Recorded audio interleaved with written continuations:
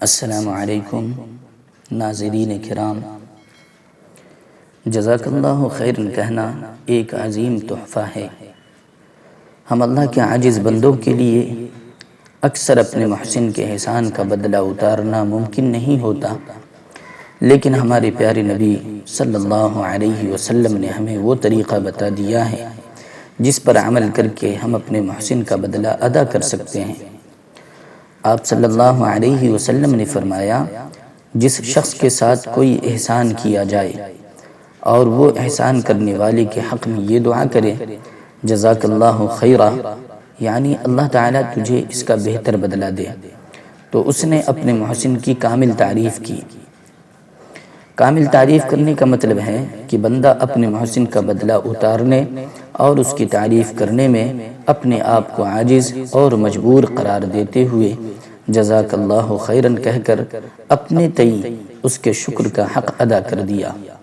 کیونکہ اس نے اس کا بدلہ اللہ تعالیٰ پر سونپ دیا کہ اللہ تعالیٰ اسے دنیا اور آخرت میں بہترین اجر عطا فرمائے، اور اللہ تعالیٰ سے بہتر اجر کون دے سکتا ہے، کیونکہ اللہ تعالیٰ جب اجر دے گا تو اپنی شان کے مطابق دے گا۔ ایک طویل حدیث میں ہے کہ نبی کریم صلی اللہ علیہ وسلم نے ایک موقع پر انصار کی تعریف کی اور فجزاکم اللہ خیرہ، پس اللہ تم لوگوں کو جزائے خیر دے کے الفاظ سے انہیں دعا دی۔ ایک حدیث میں ہے کہ جب آیت تیمم نازل ہوئی، اسید بن حضیر رضی اللہ عنہ نے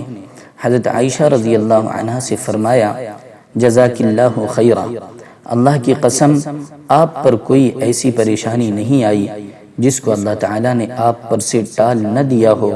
اور اس میں مسلمانوں کے لیے برکت و سہولت نہ رکھ دیا ہو۔ حضرت ابن عمر رضی اللہ عنہما سے روایت ہے کہ جب میرا باپ یعنی حضرت عمر رضی اللہ عنہ کو زخمی کیا گیا تو میں اس وقت موجود تھا۔ لوگوں نے ان کی تعریف کی اور کہنے لگے جزاک اللہ خیرہ، تو حضرت عمر رضی اللہ عنہ نے کہا، میں اللہ سے رحمت کی امید کرنے والا اور اس سے ڈرنے والا ہوں۔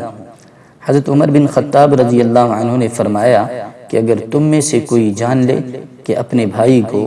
جزاک اللہ خیرن کہنے کا اجر کیا ہے تو تم سب ایک دوسرے کو یہی دعا دو گے۔ ایک موقع پر آپ صلی اللہ علیہ وسلم نے فرمایا کہ جو شخص تمہارے ساتھ قولی یا فعلی احسان کرے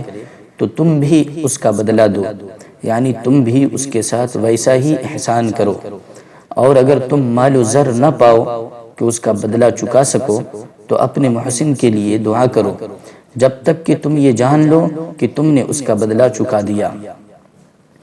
حضرت عائشہ رضی اللہ عنہ کا معمول تھا کہ جب کوئی سائل ان کے لیے دعا کرتا تو وہ بھی پہلے اسی طرح اس کے لیے دعا کرتی، پھر اسے صدقہ دیتی۔ لوگوں نے اس کا سبب پوچھا تو انہوں نے فرمایا کہ اگر میں اس کے لیے دعا نہ کروں تو اس کا حق اور میرا حق برابر ہو جائے گا، کیونکہ جب اس نے میرے لیے دعا کی اور میں نے اسے صرف صدقہ دے دیا تو اس طرح دونوں کے حسنات برابر ہو گئے، لہٰذا میں بھی اس کے لیے دعا کر دیتی ہوں تاکہ میری دعا سے اس کی دعا کا بدلہ ہو جائے اور جو صدقہ میں نے دیا ہے وہ خالص رہے۔ اس طرح دونوں کا حق برابر نہیں رہتا بلکہ میری نیکیاں بڑھ جاتی ہیں۔ جزاک اللہ خیرن کہنے یا لکھنے کے ساتھ اگر کوئی احسن الجزا کے الفاظ کا اضافہ کرے تب بھی درست ہے۔ آج بھی عرب اسی طرح دعاؤں کا تبادلہ کرتے ہیں، جب بھی کسی سے ملتے ہیں سلام کے ساتھ ایک دوسرے کو دعاؤں کا تحفہ دینے میں کوتاہی نہیں کرتے، لیکن ہم عجمی لوگ اور خاص کر بر صغیر کے مسلمان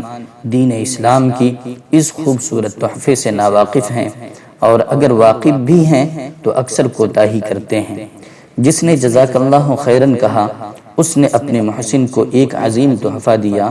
اور اپنے لیے اور اپنے محسن کے لیے دنیا و آخرت کی عظیم خیر و برکت حاصل کر لیا، کیونکہ اس دعا کا بدلہ اللہ تعالیٰ کی طرف سے ہے، اور اللہ تعالیٰ جب بدلہ دے گا تو اپنی شان کے مطابق دے گا،